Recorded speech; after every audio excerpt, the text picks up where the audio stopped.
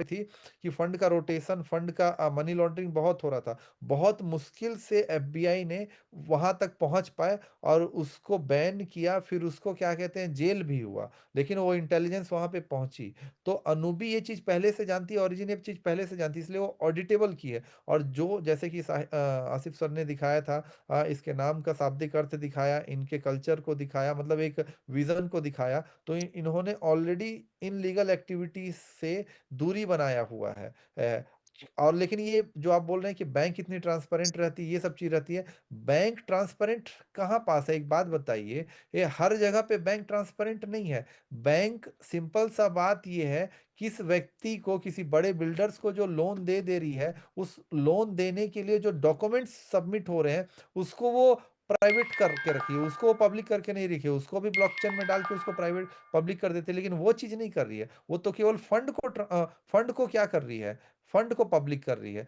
तो फंड तो ब्लॉकचेन में ऑलरेडी पब्लिक है, लेकिन बैंकिंग सेक्टर में ही, डिसेंट्रलाइज्ड फाइनेंस में भी बहुत सारे ऐसे केसेस होते हैं। फॉर एग्जांपल, इंडिया को एक हाइपोथेटिकली एक एडवांस वेपन खरीदना है रसिया से, और यूएसए ऐसे ही काफ़ी इंडिया के ऊपर सैंक्शन लगाया हुआ है और 50% का टैरिफ लगाया हुआ है कि आप और भी ज़्यादा रशियन ऑयल खरीदेंगे तो हम आपके ऊपर और सैंक्शन लगाएंगे। 500 का बात कर रही है वो। लेकिन अगर इंडिया को खरीदना है, तो एक हाइपोथेटिकल बात है, इंडिया बोलती है ठीक है, हम ना प्राइवेट में ट्रांजैक्शन करना चाहते हैं। अब प्राइवेट में ट्रांजैक्शन कैसे करें? आईएनआर उसको दे नहीं सकती उतना, क्योंकि बोलती है रसिया हमें उतनी ज़्यादा ज़रूरत नहीं है। आप चाइनीज़ करेंसी खरीदो और वो हमको दो, और चाइना से हमारा बहुत ज़्यादा संबंध नहीं है, क्योंकि हमको चाइनीज़ करेंसी खरीदना पड़ेगा। किसी तरीके से मान लेते हैं हाइपोथेटिकली कि वो स्टेबल ए के द्वारा ये ट्रांजैक्शन करेंगे, तो स्टेबल ए और अनूबी का जो टूल बनेगा उसके थ्रू ये ट्रांजैक्शन यूएसए को ट्रैक नहीं होगा, और इंडिया और रसिया के बीच ये ट्रांजैक्शन हो जाएगा। तो ये दो देशों के बीच हुआ,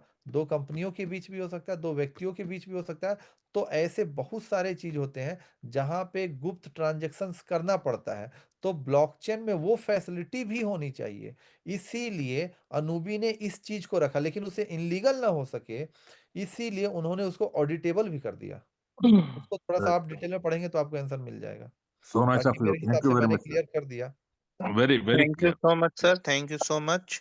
जी राकेश सर, लास्ट क्वेश्चन है आपका, आप सवाल करें। Good evening sir. Good evening. Very good evening. Sir मेरा क्वेश्चन था कि जो सेलिंग प्रेशर जो बना हुआ है, ये क्या एलजीएनएस टू डाई कन्वर्जन के वजह से बना हुआ है?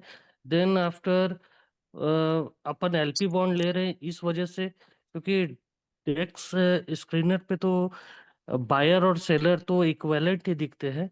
कहाँ दिखते हैं सर? आपकी टीम में इसका मतलब है सही आपको जानकारी नहीं प्रोवाइड की गई है, ये है पहली बात। अगर सिंपल सा बात ये है कि एलजीएनएस को आप कन्वर्ट करेंगे और डाई में बार बार, और ज़्यादातर लोग अगर एलजीएनएस को डाई में कन्वर्ट करेंगे, इसका मतलब क्या हो रहा है? एलजीएनएस से एक ही तो एलजीएनएस लिक्विडिटी पूल में ज़्यादा जा रही है और डाई निकल रही है, और डाई की संख्या लगातार कम हो रही है, तो लिक्विडिटी तो घटेगी ही।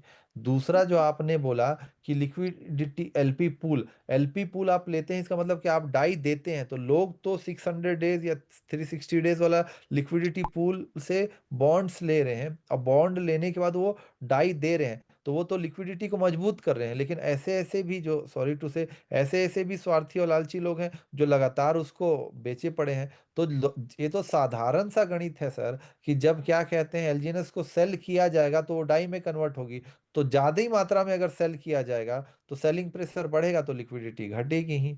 ये बहुत ही सिंपल सा चीज है। अब अगर ज्यादातर लोग बाय करेंगे, बाय करने के लिए क्या चाहिए होगा? उनको डाई चाहिए होगा, वो डाई लिक्विडिटी पूल में डालेंगे, तब एलजीएनएस निकलेगा, तो डाई स्ट्रांग होगा तो लिक्विडिटी स्ट्रांग होगा तो प्राइस बढ़ेगा। तो ये एकदम सिंपल सा चीज है जी। Okay, thank you sir. जी एक हैंड रेज आया हुआ है, हालांकि क्वेश्चन लेने के कगार पे अब नहीं है, लास्ट ले लेते हैं। एसएस सर, अनम्यूट का ऑप्शन दिया गया है, जल्दी से क्वेश्चन करें।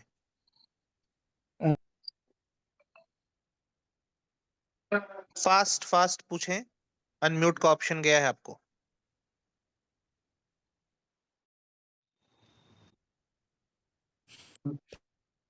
क्या आप अनम्यूट नहीं कर पा रहे हैं?